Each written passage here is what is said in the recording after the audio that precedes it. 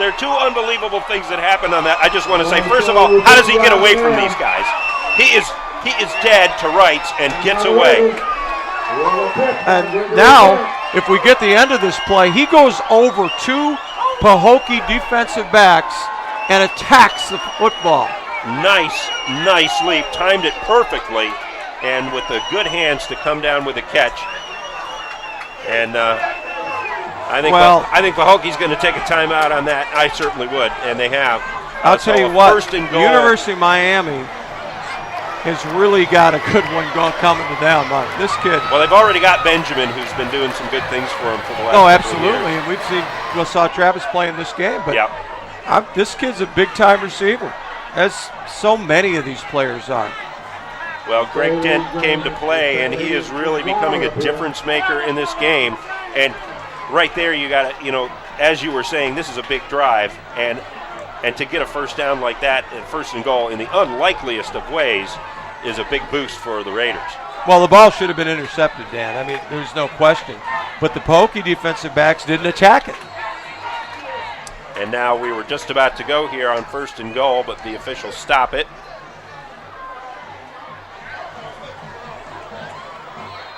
And now they blow the whistle to start the clock. 1:02 left. Ball on the 10-yard line. Thomas is over center now, giving it over to the right-hand side, trying to squirt free, but they wrap up, looks like Neville Brown, before he can get to the end zone, but he did make about 5 yards on that run, so good effort. And he did, and it was a simple off-tackle play, but once again at the line of scrimmage, the tackle was missed. And I think it's just a combination of just great running ability and not so good at tackling. But these kids are going, the legs are churning. Those extra yards when they get hit, those yak yards. Boy, I'll tell you what, you just can't blink. Another timeout. 47 seconds to go in the half. I want to ask you a question. We've done 3 or 4 of these Muck Bowl games. To me, this is the fastest moving one I've seen. Yeah. As far as the number of people that can score at any time. The number of skill players who have the skill to burn you on any play. I would have to say so far, very, very impressed with what I'm seeing out there. Right. Not necessarily on the discipline and football side of it, but certainly the skill. Okay, back. Thomas looking.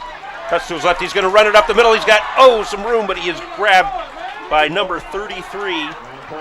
That's Gavin Anderson, who makes a touchdown-saving tackle on Thomas. Yeah, and it was a very good play.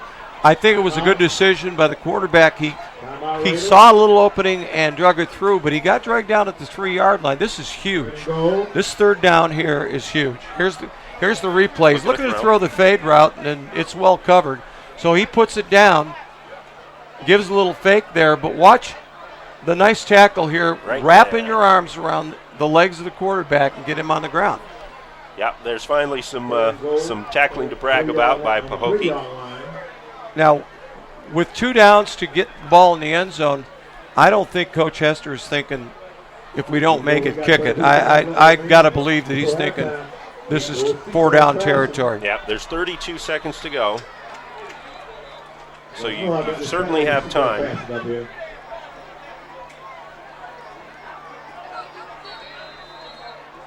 And get ready, here we go. 3rd and goal from the 4-yard line. Looking to throw quick. Now he's going to run, and he's going to take it around the left side, but he's getting wrapped up, and he goes out of bounds. He's going to lose a few yards on that one. What a nice series by the Pahokee defense, isn't it? They've really done a great job inside their own, backed up to the wall there, so to say. He looks for the slant there. It was supposed to be a quick slant to the right side, but they're covered. And now you see a little gang tackling, and now the decision becomes, we are going to have the field goal try. We are going to try. Well, there's 23 seconds left, but it is 4th and goal, and he lost about 5 yards on that. Even if he makes his stand, it was a great stand by Pahokee. So Antoine Dalfeis, who has not had a great night so far kicking, has missed a couple extra points, and that one is blocked. Blocked, and it's picked up by Noel, and Noel is going to go all the way. All the way in. Wow. Oh, my God. A turn of events. The Pahokee sideline is in bedlam. Unbelievable. Do you think momentum just swung the other way? Frankly, I was shocked that they decided to kick the ball.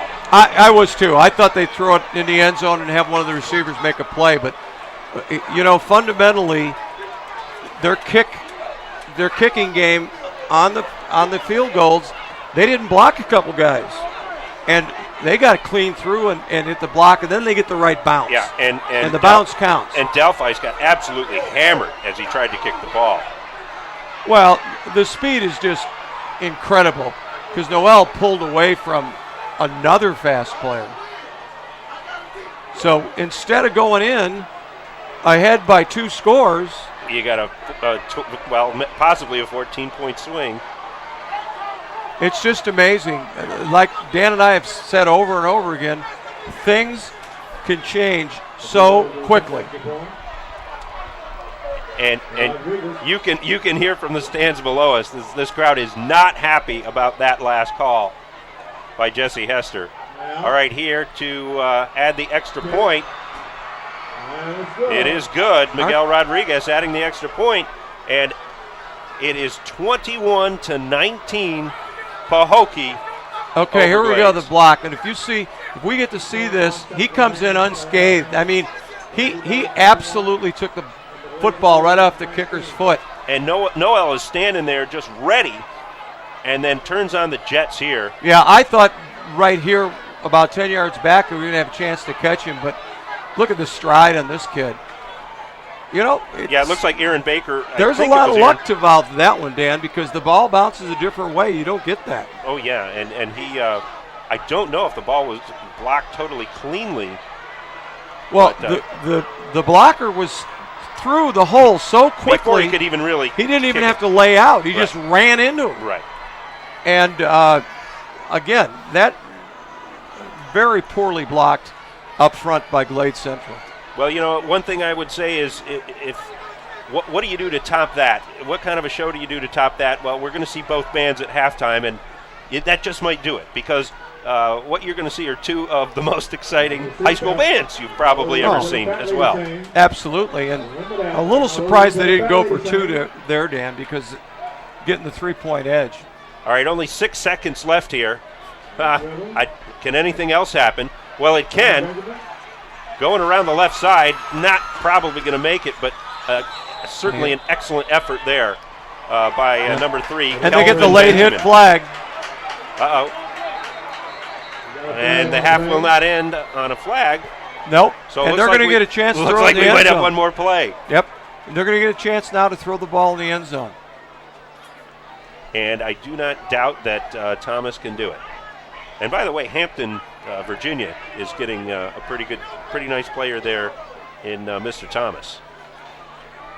Well, kind of a silly penalty by Pahokee because the young man's out of bounds, but the over-enthusiasm, the out-of-bounds hit. It is the Muck. It may not come back to haunt them, but then again, you're talking if they take the penalty or they assume they take the penalty, the half cannot end on a penalty.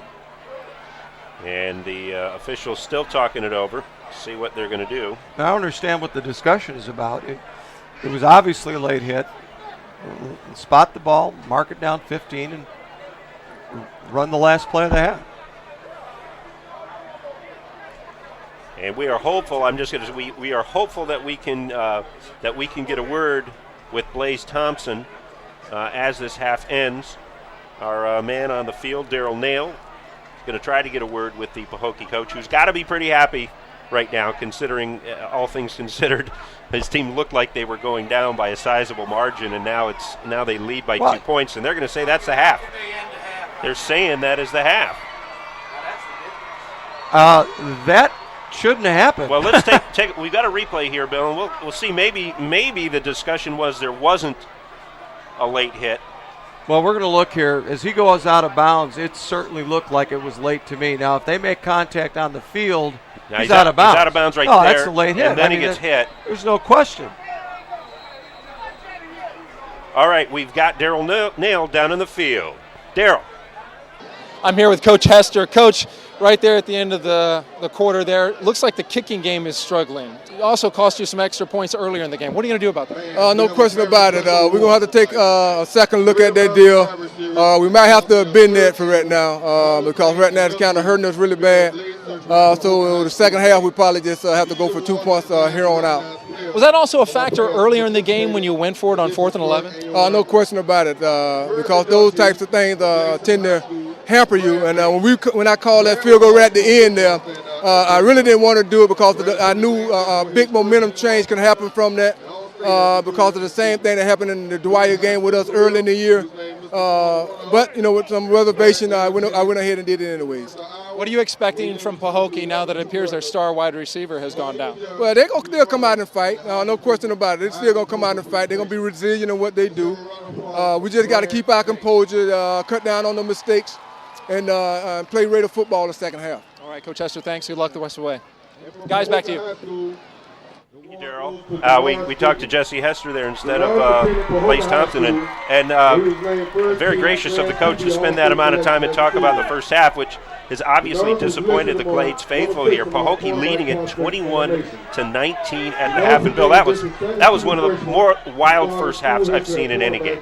Well, I've seen some Sandlot football games that kind of look like that. So you can't blink, and I've said it over and over again. It's a matter of trying to minimize the gains, and so far it just hasn't minimized. And if not for the penalties, I think we would have had 40 or 45 points scored in that half. Well, again, we said about a dozen to maybe 15 potential Division I scholarship players on this field tonight, and you saw why. The burning speed of these skill players is just something else to watch.